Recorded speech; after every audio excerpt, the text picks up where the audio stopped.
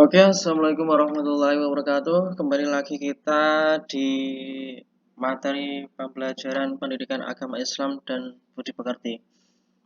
Nah, pada kesempatan kali ini memang berbeda dengan pertemuan-pertemuan sebelumnya, di mana tampilannya berbeda ya. Biasanya Pak Arif menggunakan face ya, jadi ada tatap muka, ada penjelasan, ada dua video jadi satu, tapi sekarang hanya presentasi dari Pak Arif, penjelasan materi kalian, dan juga disertai dengan penjelasan Pak Arif hanya suara saja ya.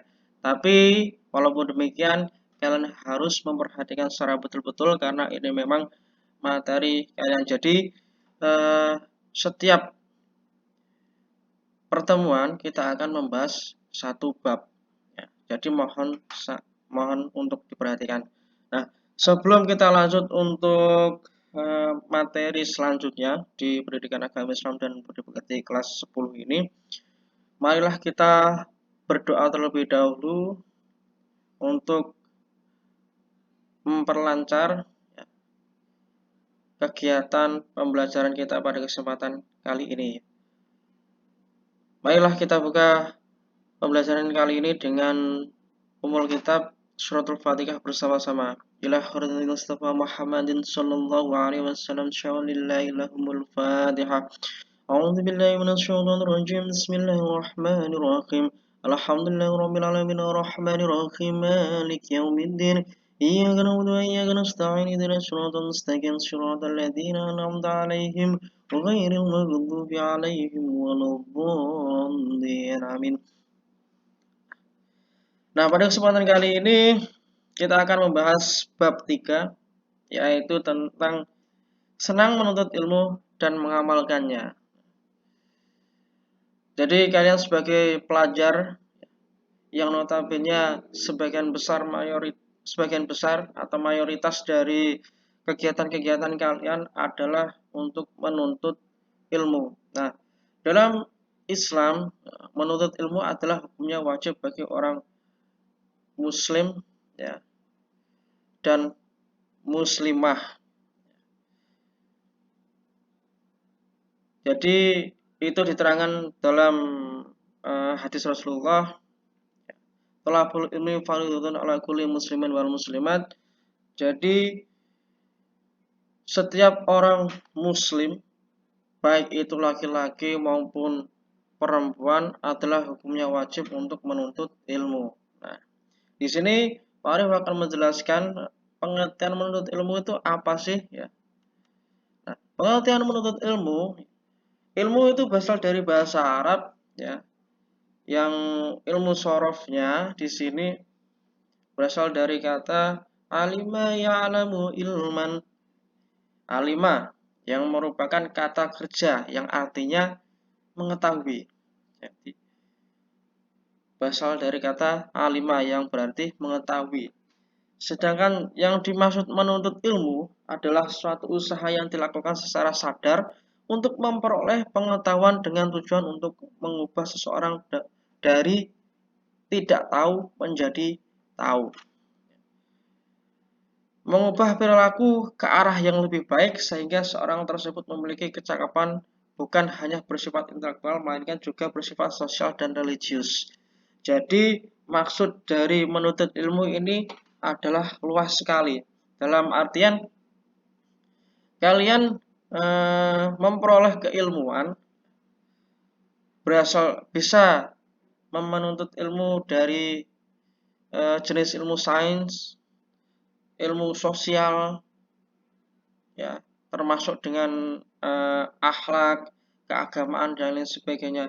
Itu adalah merupakan ilmu-ilmu Allah, ya. Jadi ilmu-ilmu Allah ya yang tersebar di dunia ini ya ada dua. Yang pertama ilmu fardhu ain dan ilmu fardhu kifayah. Ya. Maksudnya dari ilmu fardhu ain dan fardhu kifayah ini apa? Ya. Ini maksud dari kewajiban sebenarnya. Ilmu fardhu ain dilihat dari kewajiban wajib atau tidaknya suatu ilmu. Di sini ilmu fardu ain maksudnya ilmu yang benar-benar wajib untuk dipelajari untuk setiap muslim, ya, yaitu berupa ilmu akidah, syariah, dan akhlak. Jadi kalian sebagai umat muslim dan muslimah, jadi wajib hukumnya untuk memperdalam ilmu keagamaan kalian, ya, mulai dari akhlak, syariah, dan akidah. Dari Rasulullah Shallallahu Alaihi Wasallam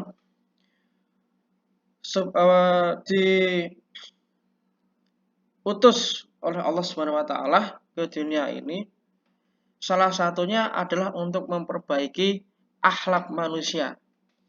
Jadi dulu, ya, terkenal dengan zaman jahiliyah karena memang rasa sisi kemanusiaannya itu sangat minim sekali. Kalau sekarang bisa dikatakan ada HAM atau hak asasi manusia itu di sana sangat minim sekali. Jadi memperbudak manusia, sesama manusia itu di sana sangat marah sekali, ya, sudah tidak manusiawi. Makanya tujuan dari agama Islam sendiri turun ke bumi dan disebarkan oleh Rasulullah SAW sebagai utusan Allah adalah salah satunya tujuannya adalah untuk memperbaiki akhlak manusia. Itu. Jadi wajib hukumnya bagi orang muslim untuk menuntut ilmu, terutama ilmu agama yaitu akidah, syariah, dan akhlak. Ya. Terus yang selanjutnya adalah ilmu fardu kifayah. Nah, ilmu fardu kifayah ini adalah salah satunya ilmu yang berada di lingkup pendidikan sekolah, ya, seperti ilmu sains, ya, MIPA dan lain sebagainya, itu adalah merupakan salah satu ilmu fardu kifayah. Di sini dikatakan seperti fisika, kimia, biologi, astronomi, geografi, antropologi, dan yang lain sebagainya. Itu adalah merupakan ilmu fardu kifayah. Nah, ini dilihat dari segi keagamaan, religius, ya. Karena kita memang di sini lebih prioritasnya membahas tentang keagamaan. Jadi kita melihat sudut pandang dari sisi agama. Jadi yang lebih penting adalah ilmu akidah, syariah, dan akhlak. Kenapa? Karena ilmu keagamaan di sini bisa dikatakan sangat berguna sekali, sangat mencerminkan kalian ketika kalian hidup di masyarakat.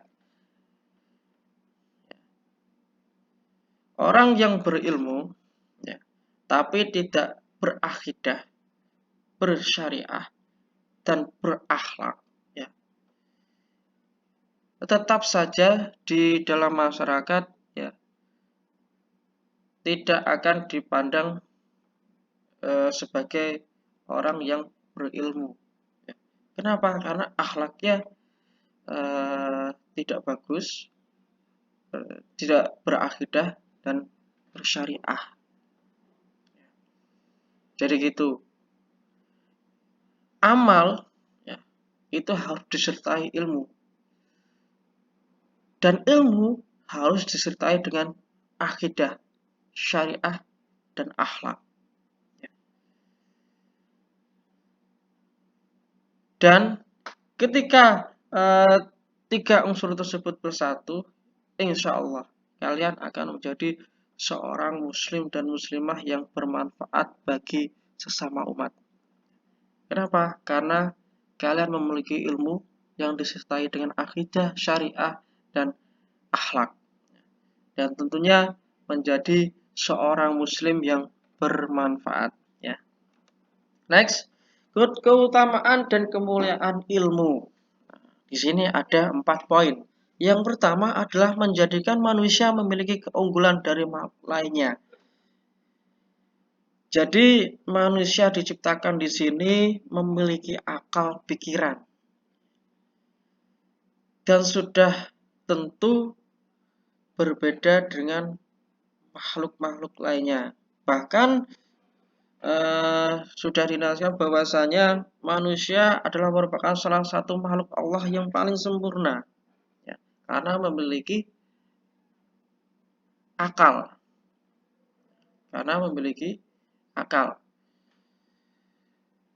Dan dulu ketika Nabi Adam alaihissalam diciptakan oleh Allah Subhanahu wa taala, ya. Ceritanya dari Pak Ustadz, Pak Kiai-Kiai dulu mungkin kalian juga pernah mendengarnya, ya.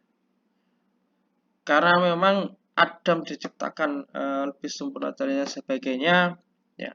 Mulai dari malaikat, ya, terus iblis, ya, disuruh tunduk sama Adam, tapi iblis tidak mau. Akhirnya sampai sekarang, ya, iblis menggoda anak-anak cucu Adam. Nah, itu ya mungkin cerita singkat lah, ya.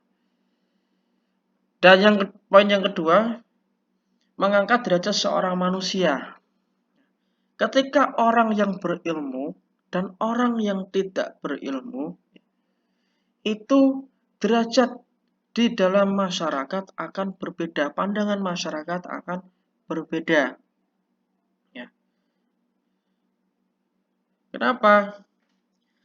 Karena dengan orang yang berilmu, bobot dari pengalaman dan lain sebagainya sangat mumpuni di dalam masyarakat, ya. Dalam artian bisa menjadi seorang yang bermanfaat bagi lingkungannya. Nah, oleh kenapa? Daripada itu manusia yang berilmu akan mengangkat derajatnya.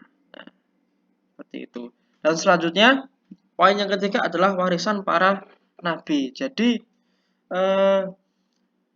ilmu-ilmu seperti ilmu akidah, syariah, dan akhlak yang menjadi keutamaan di dalam menuntut ilmu agama itu adalah merupakan salah satu warisan dari para nabi.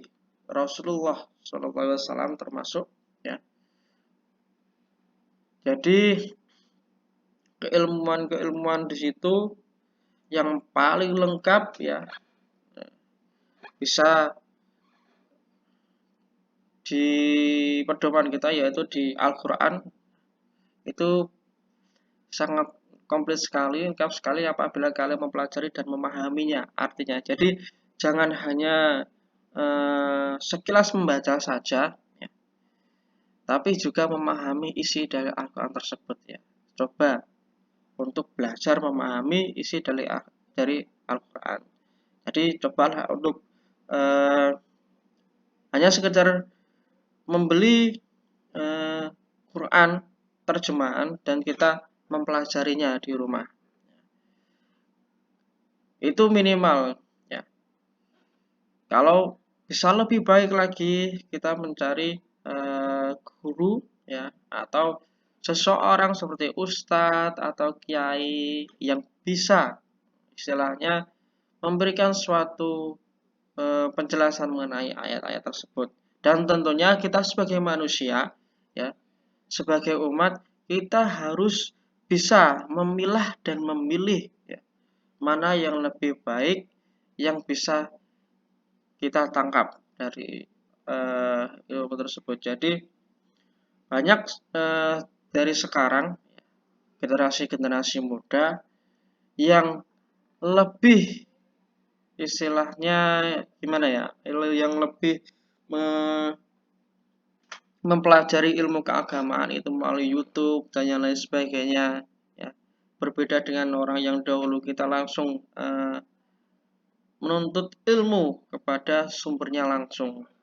Jadi perbedaan yang dulu dari sekarang itu implementasinya di masyarakat. Ya, kalau dulu kita mencoba ya untuk mengajak yang tidak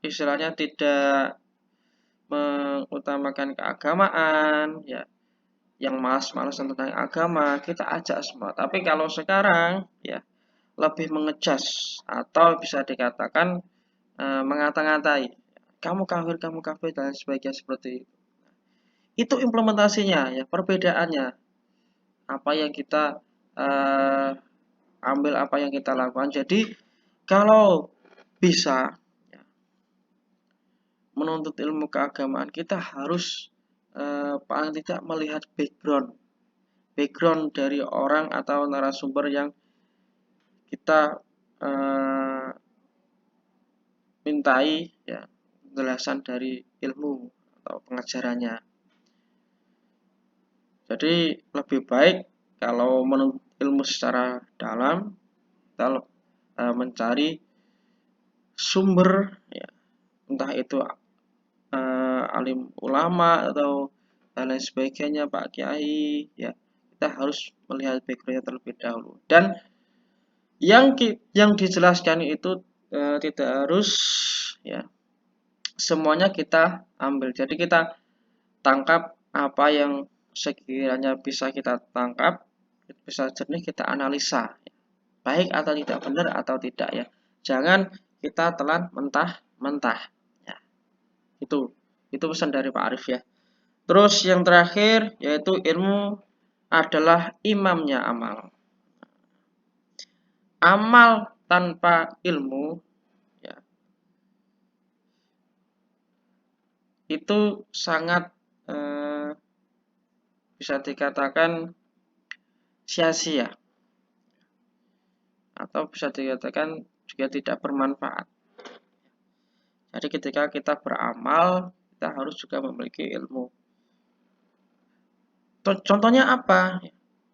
Kenapa Pak ilmu adalah bisa dikatakan imamnya amal? Satu contoh, ya. Ketika kalian ingin beramal, seperti bersedekah dan yang lain sebagainya. Misalkan kita memberi kepada orang yang benar-benar istilahnya benar-benar tidak mampu dan lain sebagainya. Benar-benar haknya untuk menerima, ya. Caranya, ya, untuk memberikan itu kalau orang yang berilmu berbeda dengan orang yang tidak berilmu. Kalau orang berilmu, kita memberikan suatu sedekah atau amal jariah dan sebagainya dengan cara-cara yang baik, dengan cara sopan santun. Entah itu kita ke rumahnya dengan bersalaman, kita dengan bersilaturahmi dan lain sebagainya. Itu kalau orang-orang yang berilmu. Kalau orang-orang yang tidak berilmu berbeda, ya. Kalau orang-orang yang tidak berilmu banyak, ya, pada zaman sekarang memberi suatu amal jariah atau sedekah itu lebih mementingkan ketenaran dia, imbal balik dari lebih mementingkan imbal balik dari kegiatannya sedekah tersebut.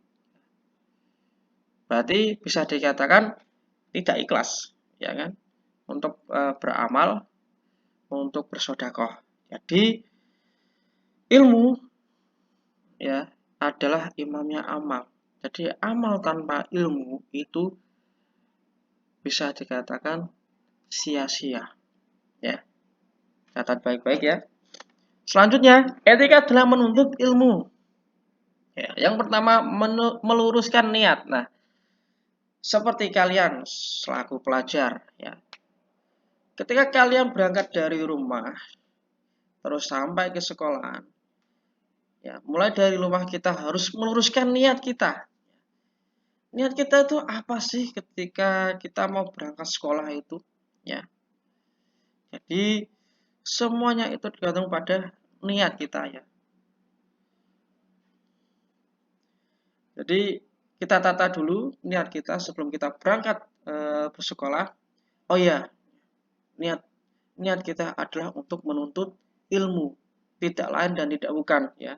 Bukan untuk mencari pasangan ya, bukan untuk ketemu sama pacar ya, dan lain sebagainya. Jadi kita fokus untuk menuntut ilmu. Innamal a'malu binniyat. Jadi semuanya itu adalah tergantung pada niat kita. Siapa yang tahu niat kita? Ya, orang lain. Ya, apakah bapak ibu guru kita? Apakah teman-teman kita? Tidak mungkin. Ya. Karena yang tahu niat kita adalah kita sendiri. Kita berangkat sekolah mau niat apa? Jadi gitu. Ketika kalian berangkat dari rumah, paling tidak berdoa terlebih dahulu agar diberi kelancaran dalam menuntut ilmu dan lain sebagainya. Ya. Dan meminta doa kepada orang tua dengan mencium tangannya. Dan itu adalah suatu gimana ya? Suatu kepercayaan kepada orang tua. Jadi orang tua bisa percaya, oh anak saya benar-benar tulus untuk menuntut ilmu dan lain sebagainya. Ya, itu. Terus yang selanjutnya bersikap hormat terhadap guru. Nah, pelajar yang sekarang itu berbeda dengan pelajar yang dulu-dulu. Kalau kita sudah masuk era bebas belajar, merdeka belajar. Kalau dulu ya memang tata caranya untuk mengajar itu berbeda. Kalau dulu memang sedikit keras ya, tapi dari pelajar sendiri juga memahami, oh guru saya itu memberikan suatu pelajaran seperti ini, keras seperti ini, saya ditegur seperti ini karena untuk mendidik saya. Itu kalau zaman dulu ya. Kalau zaman sekarang banyak sekali ya di berita-berita di koran dan sebagainya. Bahkan ya guru dilaporkan seperti itu. Terus guru di yang namanya diadu sama wali muridnya ya. Kalau zaman dulu memang ketika kita dimarahi sama guru dan kita pulang kita ngomong ke orang tua, kita yang dimarahi. Tapi sekarang tidak.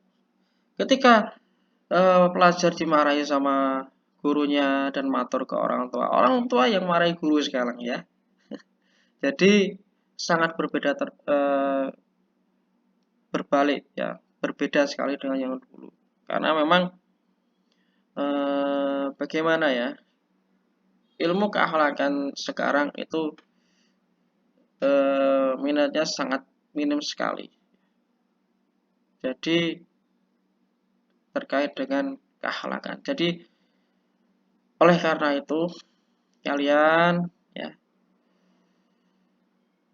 murid-muridku juga teman-teman ya, bisa dikatakan teman sharing ya dari Pak Arif. Ya, tolong perbaiki akhlak kalian, jauh istilahnya mendalami ilmu akidah, mendalami ilmu akhlak, terus syariah itu lebih dikembangkan lagi ya, diperbaiki lagi akhlaknya, dari sopan santun sama guru, paling tidak menyapa Pak Arif dan sebagainya, itu adalah suatu kebaikan ya.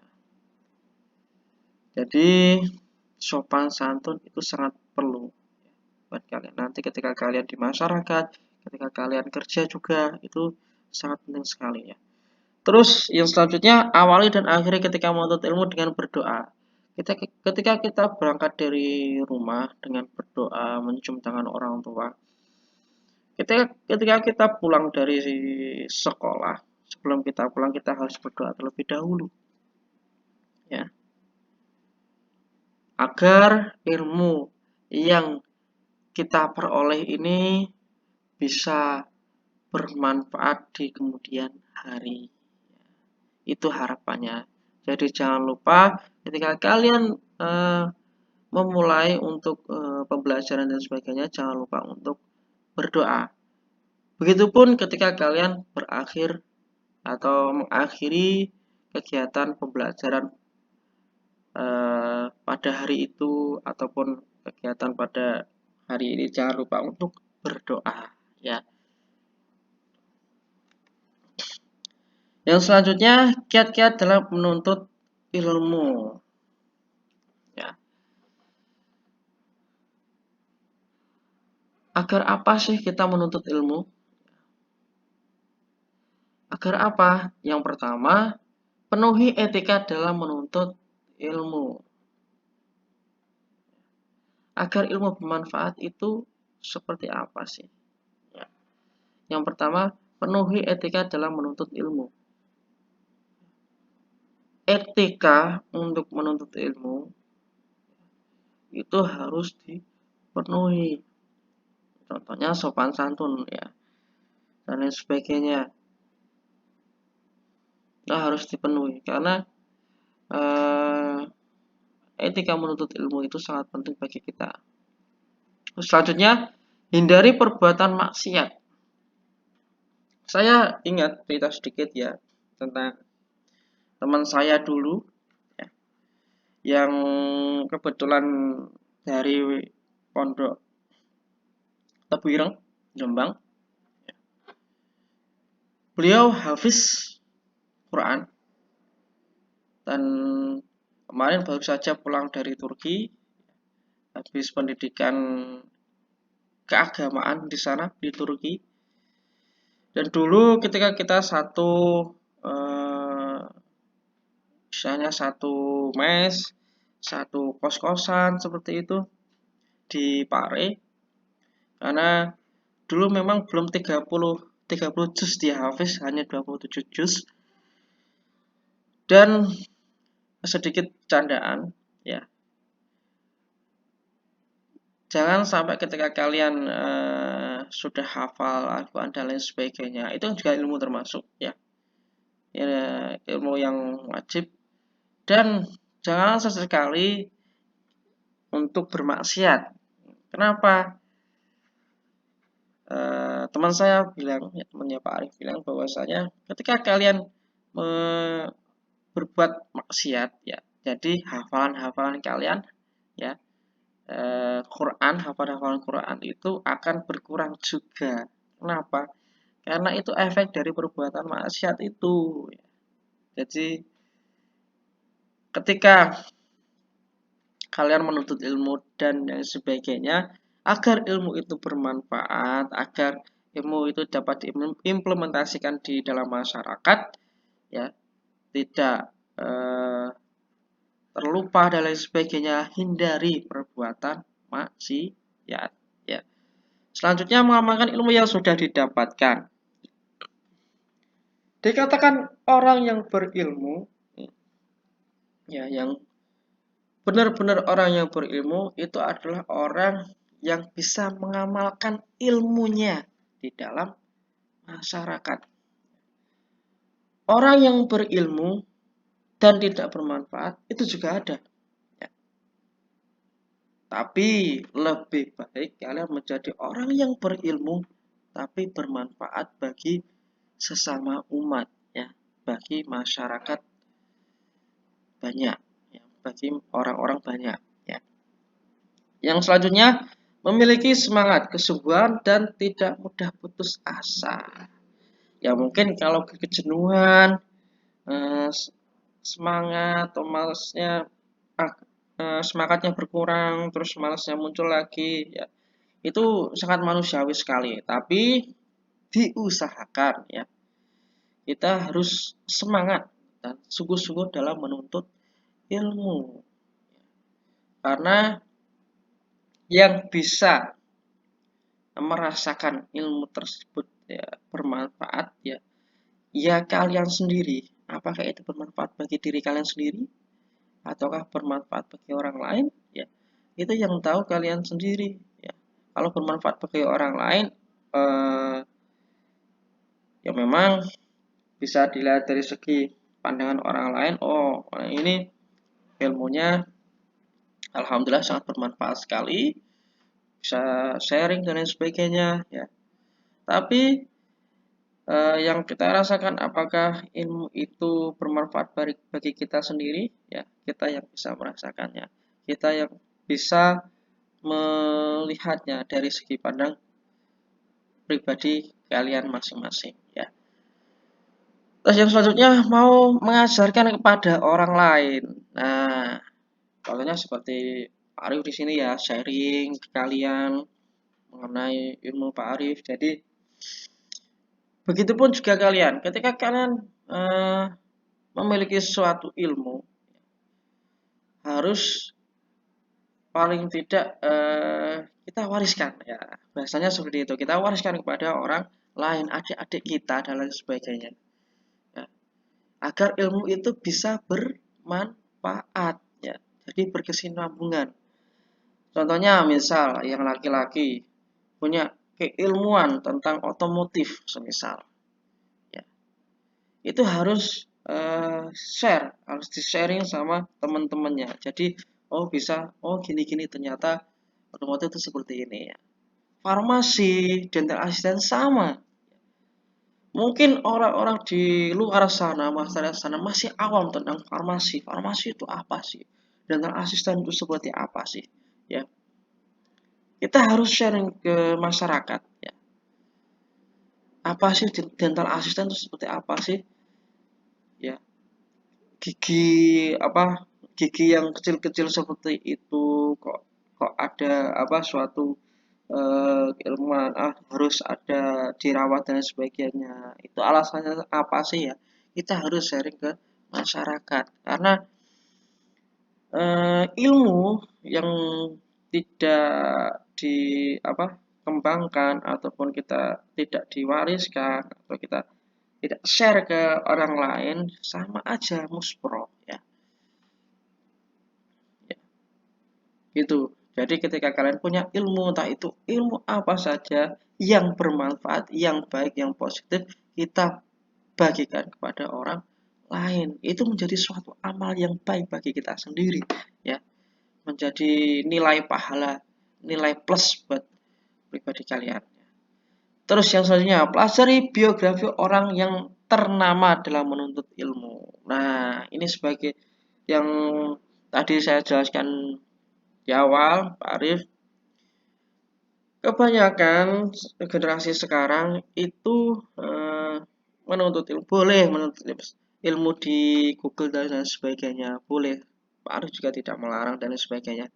Paling tidak bisa menangkap lah mana yang bisa dipilih, ya dipilah atau dipilih ya, yang baik atau yang benar. Tapi jauh lebih baik ketika kalian menuntut ilmu kepada orang atau sumbernya langsung yang sudah istilahnya sepak terjang atau biografinya sangat baik di ilmu keagamaan. Itu jauh lebih baik daripada kalian eh, menuntut ilmu hanya sekedar di YouTube dan sebagainya. Ya. Oke lah, aku itu nilai tersendiri kalau misalkan kita belajar di YouTube. Boleh, Pak Arif juga tidak melarang. Tapi dari segi pribadi kalian harus bisa menangkap mana yang baik dan mana yang uh, tidak baik buat kalian. Kenapa? Karena sekarang Islam di Indonesia banyak sekali yang Islam tapi akhlakul karimahnya tidak mencerminkan Islam. Ya, bisa dikatakan sekarang banyak sekali pendai-pendai berceramah dan sebagainya, ya, berbeda karakter. Ada yang menggunakan menggunakan metode yang keras, ada menggunakan metode yang pendekatan. Mana sih yang mencerminkan Islam?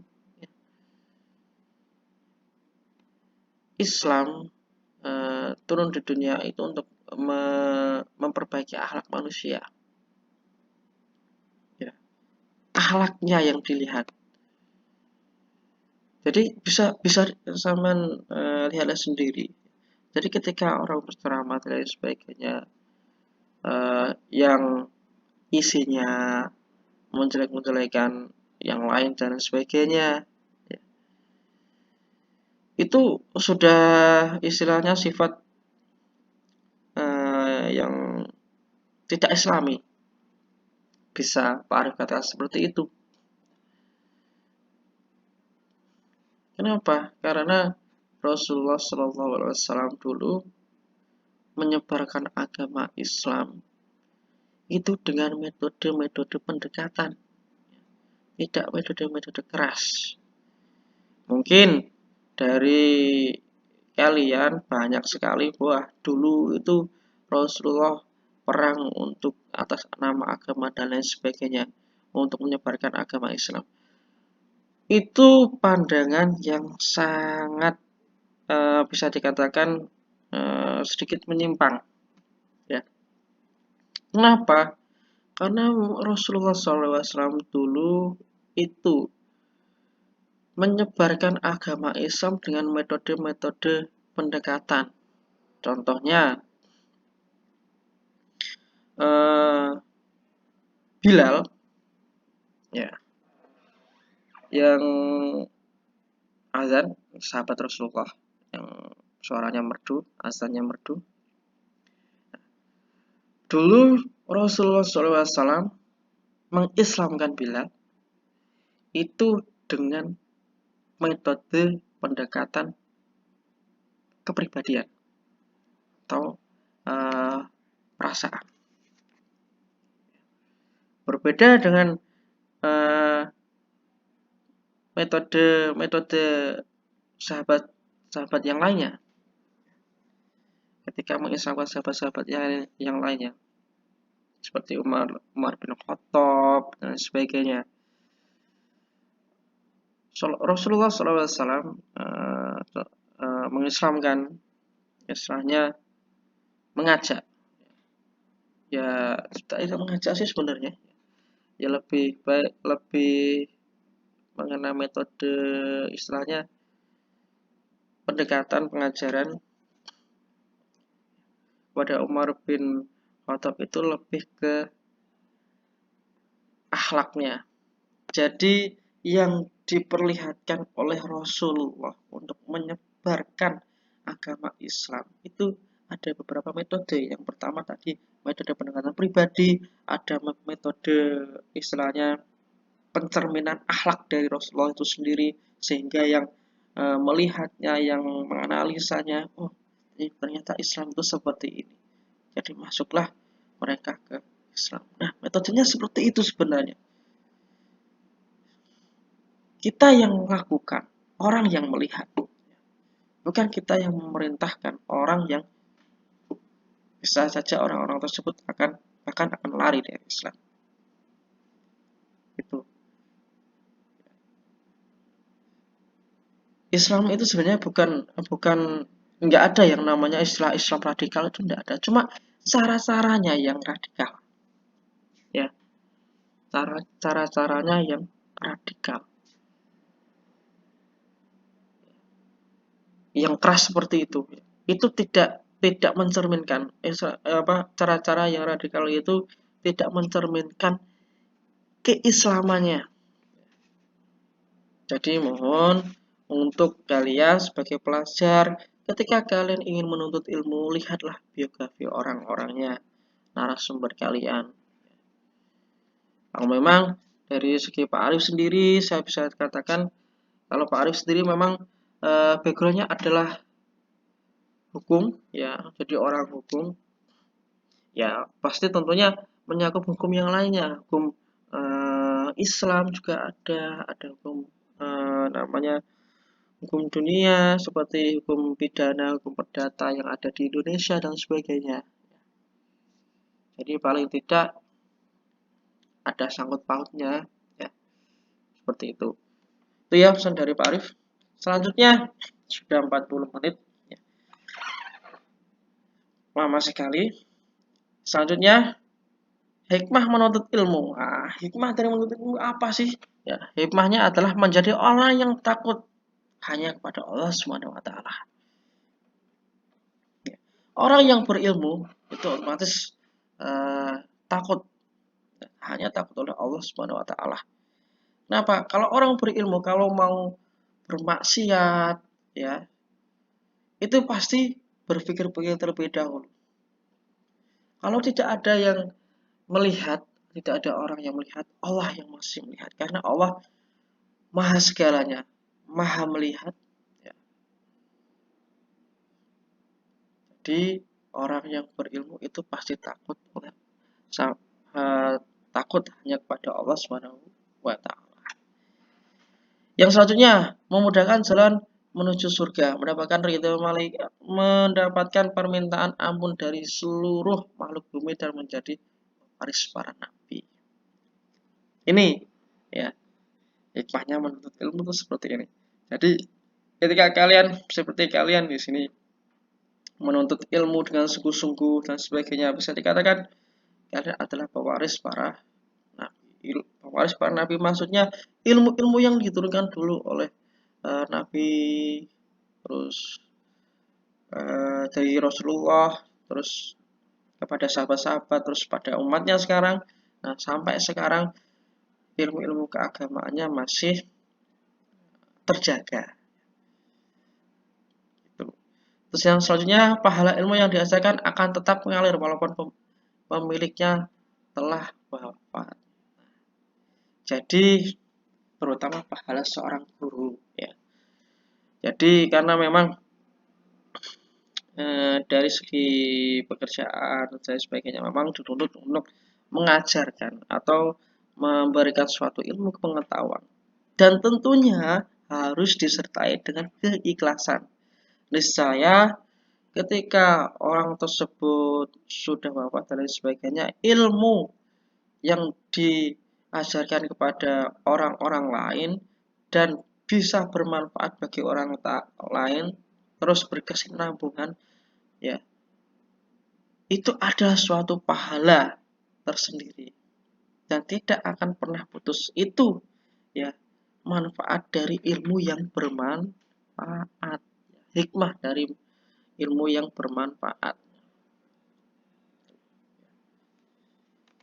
Jadi itu sudah sangat panjang lebar sekali Pak Arif menjelaskan, 43 menit, berbeda dengan yang sebelum-sebelumnya hanya 30 menit atau 20 menit, 21 menit, ya. Ini 43 menit, 2 kali lipatnya, ya. Jadi semoga bermanfaat, jangan jenuh, ya. Bisa didengarkan dan sebagainya, bisa dipelajari. Jadi besok untuk ujian tengah semester, ya, bisa dipelajari 3 bab ini, ya, bab 1, bab 2, dan bab 3 sekarang. Nanti ketika tengah semester akan saya share. Nanti soalnya hanya pilihan ganda saja karena kita masuk ke Google Form, ya. Kita menggunakan Google Form nanti untuk ujian tengah semesternya. Nanti bisa dikerjakan lewat HP kalian, ya. Itu dari Pak Arif. Apabila ada salah-salah kata dari Pak Arif mohon maaf, karena Pak Arif hanya manusia biasa yang tak luput dari salah dan lupa. Al-insanu ma'al khata' barisan. Sekian dulu dari Pak Arif. Wabillahi taufiq wal hidayah. Assalamualaikum warahmatullahi wabarakatuh.